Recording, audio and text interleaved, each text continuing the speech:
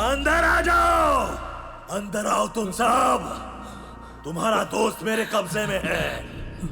अगर तुम अंदर नहीं आए ना तो मैं उसे मार डालूंगा। अंदर आ जाओ। मतलब अवधूत के अंदर रामदेव दादाजी की आत्मा है? देखो, अब हमें अंदर जाना ही होगा। हाँ, वो अब उस घेरे से बाहर तो नहीं आ पाएगा। वो घेरे के बाहर आए तो? अरे, अगर वो आ सकता तो वो खुद ब खुद बाहर आ जाता। तो फिर हमें वो अंदर क्यों बुलाता? अवधूत के लिए हमें अंदर जाना ही होगा। चलो। आप आगे चलिए, आप आगे चलिए।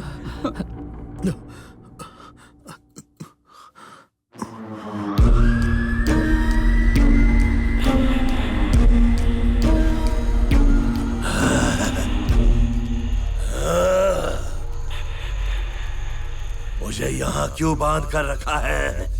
छोड़ो मुझे, छोड़ो। नहीं छोड़ेंगे। पहले हमारे अवधूत को छोड़िए, उसके बाद ही हम आपको छोड़ेंगे। नहीं छोड़ूंगा, नहीं छोड़ूंगा। छोड़ो, छोड़ो मुझे। इस भस्म से मुझे तकलीफ हो रही है।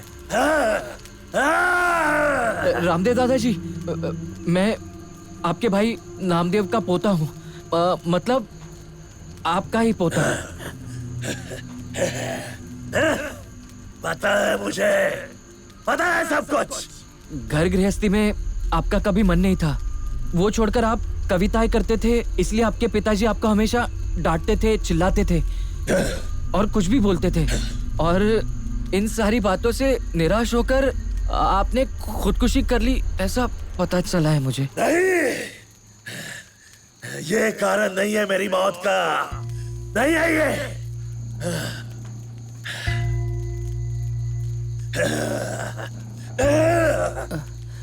तो फिर आखिर सच क्या है? और मैं आपका पोता हूँ ना। अगर मुझे सच नहीं पता चला तो पूरी जिंदगी भर मैं इसी गलतफहमी में जीऊंगा। दादाजी बताइए ना, आखिर आपने खुदकुशी क्यों की थी?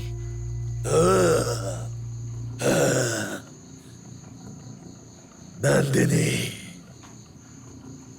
देखा? हाँ? औरत का चक्कर है। दादाजी चमड़ी थे।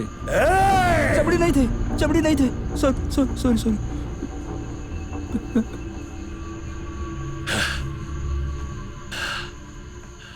नदी के उस पार रहने वाली वो नंदिनी।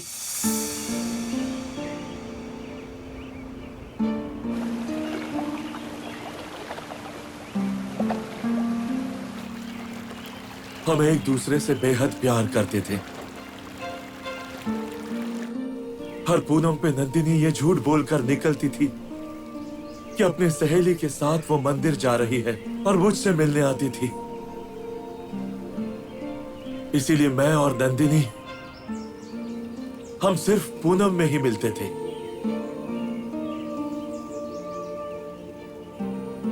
मैं उसे अपनी लिखी हुई कविताएं सुनाता था। गृहस्थी बसाने का सपना देखते थे हम।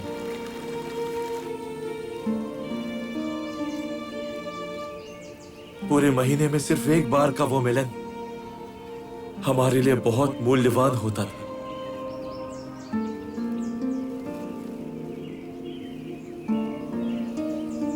उस दिन भी आज ही की तरह पूनम थी।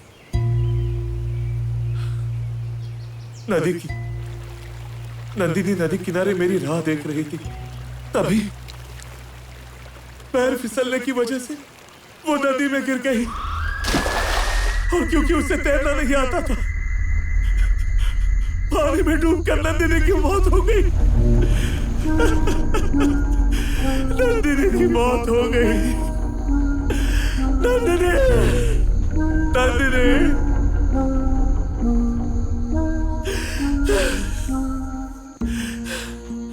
अगर मैं उस वक्त वहां होता तो फिर ये सब होता ही नहीं। शायद उस वक्त मैं उसे बचा लेता। इन सभी विचारों के कारण मैं खुद को दोषी मान बैठा। नंदिनी के हादसे के कारण मैं दुख में डूब गया।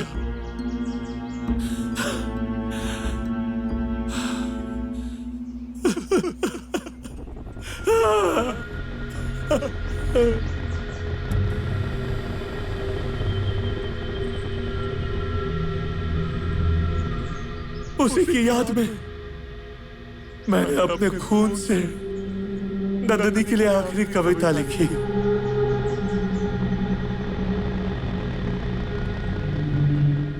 और खुदकुशी करके खुद को खत्म कर लिया, ताकि मौत के बाद उससे मिल सकूं।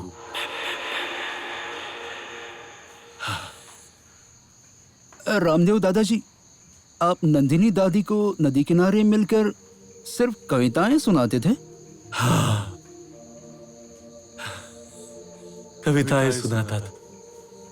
हम दोनों गप्पे लड़ाते थे। हम इन्हीं सारी चीजों में खुश थे। लगा ही था मुझे, इसलिए तेरी गर्लफ्रेंड टिकती नहीं है। तू भी इन्हीं की तरह कविताएं सुनाता होगा। नहीं, टिकती होंगी। कौन के नीचे बचाऊंगा? चुप बैठेगा तू। रामदेव दादाजी, मगर एक बात मेरे समझ में नहीं आई। नहीं मतलब, मैं था, संकेत था, पर आपने हमें छोड़कर अवधूत को ही क्यों पकड़ा? मेरा मतलब, उसे ही क्यों चुना आपने? नहीं, मैंने उसे नहीं चुना है। वो अनजाने में मुझसे जुड़ गया।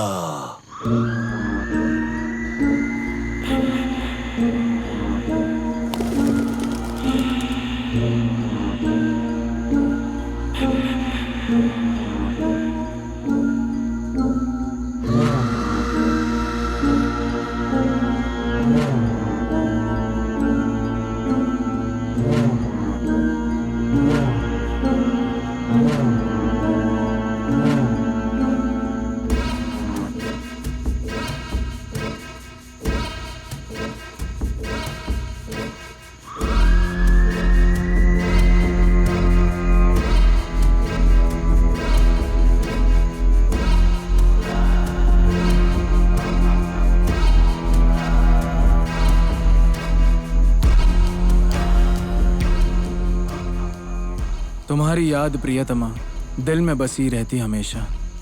कैसे मिलोगी तुम मुझे अब उस नदी किनारे? सुंदर गुलाबी कहानी हमारी, रख गए रिश्ता अधूरा हमारा।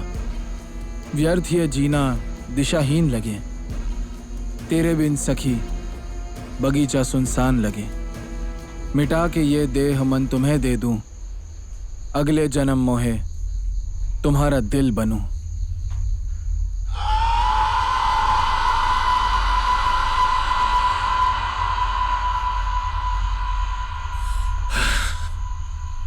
अवधूत ने मेरे खून से लिखी कविता ना पढ़ी होती तो वो मुझसे कभी भी जुड़ नहीं पाता। अवधूत के जरिए मैं नदी में डूबी मेरी नंदिनी की आत्मा तक मेरी कविताएं पहुंचाता था, और उसके बदले मैं उसकी इच्छाएं पूरी कर देता। सिर्फ वो कैसे और क्यों होता था, अवधूत भी इससे अनजान रहता था। इस विट्ठल के लड़के को भी मैं नंदिनी को कविता सुनाने के बदले बहुत कुछ दे रहा था। तभी तो वो महेश 100 मील खरीद पाया। रामदेव दादाजी, मैं आपसे एक विनती करता हूँ, प्लीज हमारे अवधूत को इन सब से मुक्त कर दीजिए ना, प्लीज। नहीं नहीं, मैं उसे मुक्त नहीं करने वाला।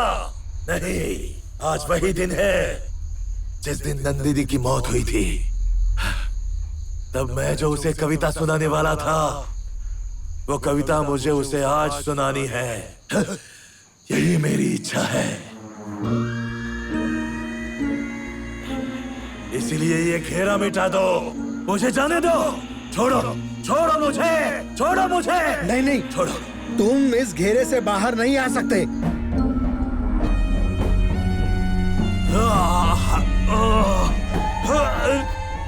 अरे शायद बाहर पालकी आई है। हम दोनों जाकर आशीर्वाद ले आते हैं, नहीं तो पालकी वाला कोई अंदर ना आ जाए। हाँ हाँ ठीक है। संकेत, तू यहीं रुका, हम जाकर आते हैं। छोड़ो मुझे, छोड़ो मुझे। हाँ?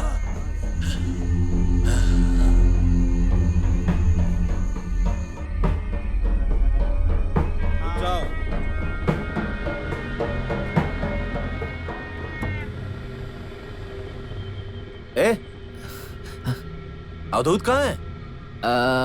मामा वो अंदर सो रहा है। वो सो रहा है? हाँ। ये क्या सोने का वक्त है?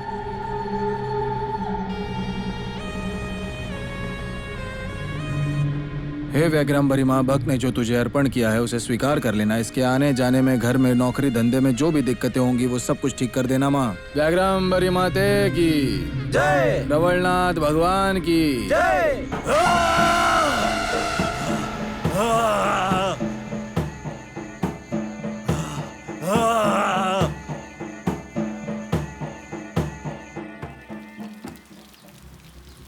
और उस रात अवधूत को रामदेव की आत्मा से मुक्ति मिली और मैं श्रापित कवि बन गया। हॉरिबल। हेलो, हाँ देशपांडे, हाँ पहुंच जाऊंगा। हाँ समय से पहुंच जाऊंगा। यस, सॉरी मुझे जरा बाहर जाना है। सर वो ऑटोग्राफ। यस।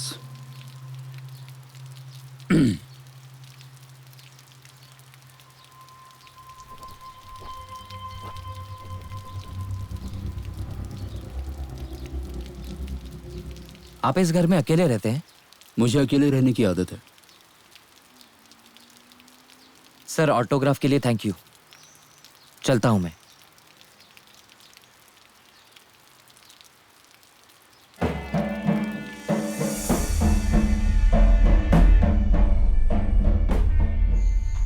अवधूत को वो पैसा और सोने का मंगलसूत्र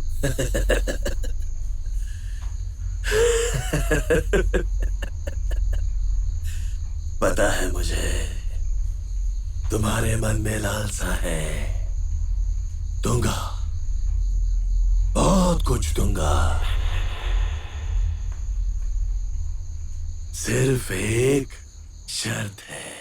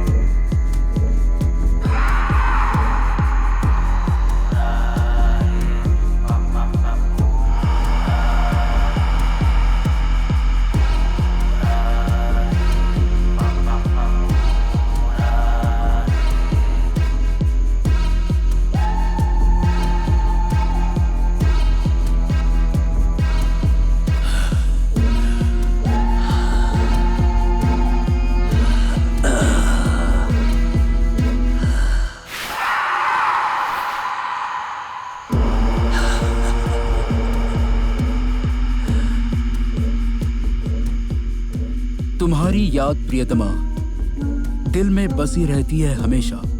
कैसे मिलोगी तुम मुझे अब उस नदी किनारे।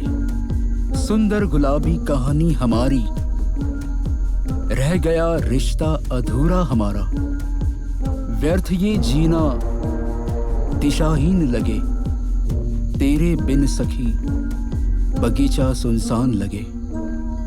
मिटा के ये देह मन तुम्हें दे दूं, अगले जन्म मोहे तुम्हारा दिल बनूं।